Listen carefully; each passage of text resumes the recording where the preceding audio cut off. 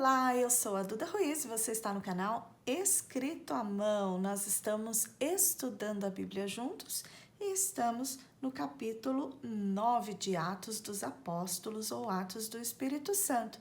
Então, como você é muito bem-vindo aqui, eu já te convido para ficar, vai inscrever-se, clique no sininho em todas. Assim você recebe as nossas notificações. No nosso último encontro, nós lemos o capítulo 9 até o versículo 31, que dizia respeito à conversão de Saulo. Mas hoje eu quero ler com vocês o trechinho que faltou a gente ler, que é dos versículos 32 até o 43.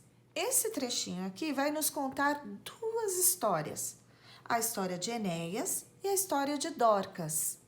Então, vamos ler para a gente entender o que aconteceu com essas pessoas. Viajando por toda parte, Pedro foi visitar os santos que viviam em Lida. Ali encontrou um paralítico chamado Enéas, que estava acamado fazia 8 anos. Disse-lhe Pedro: Enéas, Jesus Cristo vai curá-lo. Levante-se e arrume a sua cama. Ele se levantou imediatamente. Todos os que viviam em Lida e Sarona ouviram e se converteram ao Senhor. Essa é a primeira história, então, que esse trecho nos traz. E apesar de ser um relato bem curtinho, nós podemos extrair algumas lições aqui dessa história. Enéas estava acamado fazia 8 anos. Agora você imagina, se é ruim você ficar doente por alguns dias. Imagina uma pessoa que está há 8 anos sobre uma cama, 8 anos sofrendo de uma enfermidade que o privava de viver, o privava de caminhar, de sair, de fazer os seus afazeres.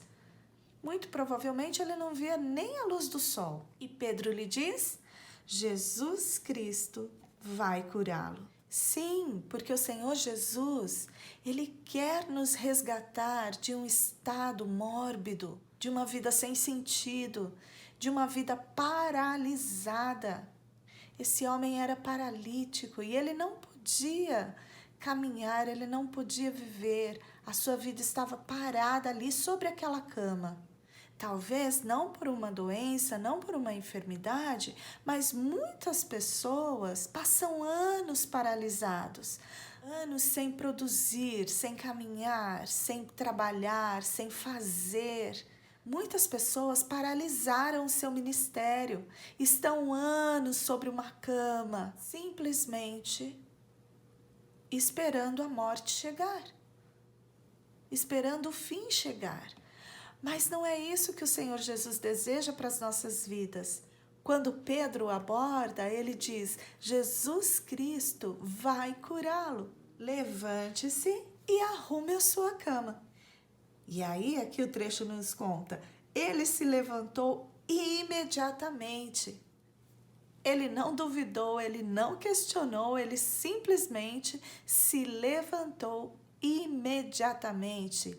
E essa é a atitude que o Senhor Jesus espera de nós.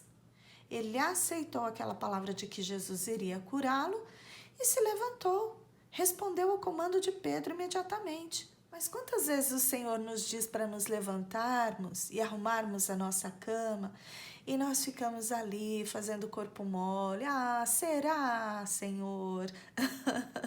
Será mesmo? E às vezes nós até nos acomodamos a ela.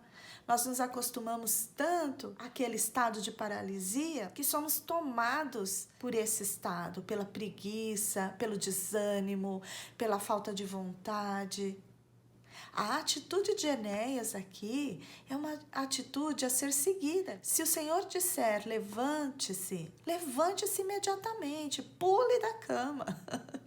E aí Pedro diz para ele: levante-se e arrume a sua cama. E é engraçado esse comando, né? Essa ordem que Pedro dá para ele: arrume a sua cama. E aí eu fiquei pensando, mas por que, né, essa ordem? Por que esse comando de arrumar a cama, né? Ele poderia dizer simplesmente levante-se, tudo ok, não, mas ele foi enfático, ele disse levante-se e arrume a sua cama. Quando nós arrumamos a nossa cama, significa que nós não vamos voltar para ela. Você arruma a sua cama para quando você voltar à noite, quando você já tiver vivido o seu dia, ela estar bonitinha, arrumadinha, prontinha para você. E aí a cama deixa de ser uma tumba para se tornar um lugar de descanso. Aquele homem, ele não estaria mais limitado à sua cama, ele podia se levantar, ele podia trabalhar, ele poderia viver e voltar à sua cama para descansar. É para isso que a cama serve, não é para a gente passar o dia nela, ela serve para o descanso. Aqui também nos dá a ideia de organização, de termos a nossa vida organizada. Quando Pedro diz assim, levanta-se e arrume a sua cama. Por quê? Porque as nossas coisas precisam estar arrumadas, precisam estar organizadas. Arrume o seu lugar de descanso e quando você voltar para ele, o seu descanso será muito mais satisfatório. Por conta desse testemunho, muitas pessoas se converteram. E aí a segunda história aqui se dá em Jope, onde havia uma discípula. Olha que interessante, uma mulher que era chamada de discípula. Aqui no 36, olha, em Jope havia uma discípula chamada Tabita, que em grego é Dorcas, que se dedicava a praticar boas obras e dar esmolas. Naqueles dias ela ficou doente e morreu, e seu corpo foi levado e colocado num quarto do andar superior. Lida ficava perto de Jope, e quando os discípulos ouviram falar que Pedro estava em Lida, mandaram-lhe 2 homens dizer-lhe: não se demore em vir até nós. Pedro foi com eles e quando chegou foi levado para o quarto do andar superior. Todas as viúvas o rodearam, chorando e mostrando-lhe os vestidos e outras roupas que Dorcas tinha feito quando ainda estava com elas. Pedro mandou que todos saíssem do quarto, depois ajoelhou-se e orou. Voltando-se para a mulher morta, disse: Tabita, levante-se. Ela abriu os olhos e, vendo Pedro, sentou-se. Tomando-a pela mão, ajudou-a a pôr-se em pé. Então, chamando os santos e as viúvas, apresentou-a viva. Este fato se tornou conhecido em toda a cidade de Jope e muitos creram no Senhor. Pedro ficou em Jope durante algum tempo com um curtidor de couro chamado Simão. Olha que interessante! Nós temos 2 histórias que falam de um estado mórbido. A primeira história de Enéas, um homem que estava há 8 anos ali sobre uma cama, paralisado, sem poder viver. E a história de Dorcas, uma mulher super ativa que adoeceu e morreu. Os nomes Tabita e Dorcas são correspondentes. Tabita é a forma no aramaico e Dorcas a forma no grego. Mas o nome significa gazela e gazela remete à beleza, à imponência. Essa mulher, ela se dedicava a praticar boas obras e dar esmolas, ou seja, era uma discípula que produzia frutos, diferentemente de Enéas, que já estava ali há 8 anos naquele estado. E ela era tão querida, que quando ela faleceu e ouviram dizer que Pedro estava próximo, numa cidade próxima, eles correram para pedir que ele não se demorasse para vir até eles. Muito provavelmente eles já esperavam que Pedro orasse por ela e que ela ressuscitasse. E o versículo 39 diz que quando ele chegou, ele foi levado para o quarto onde ela estava e ali estava cheio de viúvas que o rodearam chorando e mostrando-lhes os vestidos e outras roupas que ela tinha feito, porque Dorcas, ela se dedicava às boas obras e ela cuidava das viúvas. Nós sabemos que as viúvas naquele tempo, elas não tinham a mesma assistência que as viúvas têm hoje, que a maioria das viúvas tem hoje, Quem dava assistência para as viúvas ali era a igreja. A igreja cuidava das viúvas. E Dorcas se dedicava, ela usava o seu tempo para cuidar do próximo. Aqui diz, ela se dedicava a praticar boas obras e dar esmolas. Esta era a forma como ela vivia a sua vida, como ela gastava o seu tempo. E aí no versículo 40, né, Pedro manda que todos saiam do quarto e ele se ajoelha e ora. E aí ele ordena que ela se levante. Muito provavelmente ele tenha usado a expressão cume, Tabita, cume. Isso me faz lembrar de quando Jesus ressuscitou aquela garotinha, né, dizendo Talita, cume.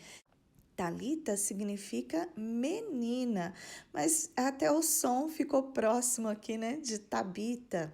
Se nós formos pensar aqui na perspectiva de Pedro, né, ele estava seguindo os passos de Jesus. Ele estava fazendo aquilo que ele aprendeu com o mestre. E ela abriu os olhos e vendo Pedro, sentou-se. Ele a tomou pela mão e a ajudou a pôr-se em pé. Na primeira história, o nosso personagem não estava morto de fato. Na segunda história, essa mulher foi acometida de uma doença e faleceu de verdade. Mas um milagre aconteceu em sua vida, ela voltou a viver e Pedro a ajudou a pôr-se em pé. Voltando para a perspectiva de Pedro aqui, a gente vê que ele se importou, ele correu para a casa daquela mulher para ver o que estava acontecendo, ele se importou, ele foi lá, ele orou por ela. Ele fez o que ele tinha aprendido com Jesus, ele disse para ela, levante-se, Tabita, levante-se, e ele a tomou pela mão e ele a ajudou a pôr-se em pé. Espiritualmente falando, amados, cristãos, eles podem ser acometidos de doença também. Doença não é só no corpo. A gente pode ficar doente da alma também e morrer. E aí, qual é a nossa atitude, né? Será que nós vamos lá orar pela pessoa e falar, olha, levante-se? Será que nós tomamos a pessoa pela mão e a ajudamos a ficar em pé? Ou será que nós vamos apontar o erro da pessoa e falar, você viu quem caiu? Você viu quem pecou? Se desviou dos caminhos do Senhor, não faz mais parte da igreja do Senhor. Pedro seguiu os passos de Jesus e foi lá orar por aquela mulher que era tão querida. Mas e nós, diante de uma queda, diante de alguém que está morto espiritualmente, qual é a nossa atitude? O que nós fazemos? Como nós nos comportamos? Será que o amor que nós dizemos sentir-nos uns pelos outros é verdadeiro? Ou será que quando alguém ao nosso lado cai, nós apontamos o dedo ou discriminamos a pessoa ou a excluímos? E aí a Bíblia diz que Pedro chama as viúvas, chama os santos e apresenta a Tabita viva. Nós já vimos tantos exemplos aqui até agora, né, de homens de Deus sendo usados por Deus, e essa era uma discípula que produzia frutos, e foi do agrado do Senhor trazê-la de volta à vida. Não importa o que te levou a um estado de morte, a um estado de paralisia, a um estado de anulação dos seus sonhos, das suas atividades, do seu serviço, do seu ministério. Não importa. Não importa se faz pouco tempo ou se faz muito tempo. Não importa o quanto tempo você está nessa situação. O Senhor Jesus vai te curar. A palavra é a mesma. Levante-se. Levante-se, arrume a sua cama. Isso significa que o tempo de ficar na cama acabou. Você vai voltar para ela só no fim do dia para descansar o seu corpo. A cama tem que ser um símbolo de descanso e não de morte. Ela não é a sua cova, ela não é a sua tumba, ela não é o seu caixão. Ela tem que ser o seu descanso. Então levante-se imediatamente, encha-se dessa atitude. Arrume a sua cama, levante-se e como aquela mulher chamada Tabita, ponha-se em pé e volte a dar frutos. Volte a cuidar das viúvas, volte a fazer as suas boas obras, volte a servir ao Senhor, volte para o seu ministério. Volte, é hora de se levantar. Quanta preciosidade em um trechinho, em duas histórias tão curtinhas, mas tão significativas para nós. Eu não poderia deixar de fazer as minhas marcações aqui nesse texto, então, por favor, fique comigo mais um pouquinho.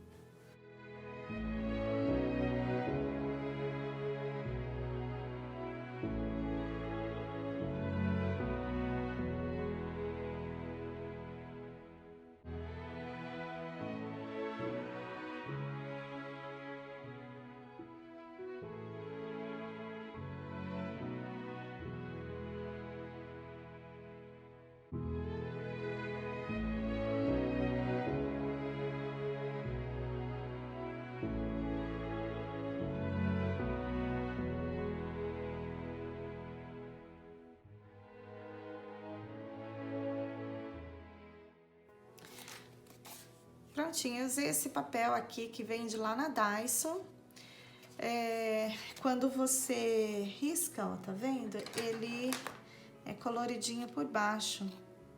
Eu ganhei essa folha da minha amiga, Mônica Matozinho. Eu amei usar. Dá pra fazer bastante coisa bonita. Inclusive, eu vou pegar mais dessa folha lá na Daiso pra fazer mais marca-página. Eu ainda tenho uma folha inteira, né? Que eu só usei um pedacinho. Mas é bem interessante. E eu coloquei uma fotinho minha aqui, porque eu quero sempre ser uma Tabita. E eu já ouvi também o Senhor Jesus dizendo para mim, Tabita cume. Tabita, levante-se. Então, se você gostou desse vídeo, deixa um like, vai ajudar bastante. Deixa seu comentário também, eu vou ficar muito feliz. Beijo, beijo, até o próximo vídeo.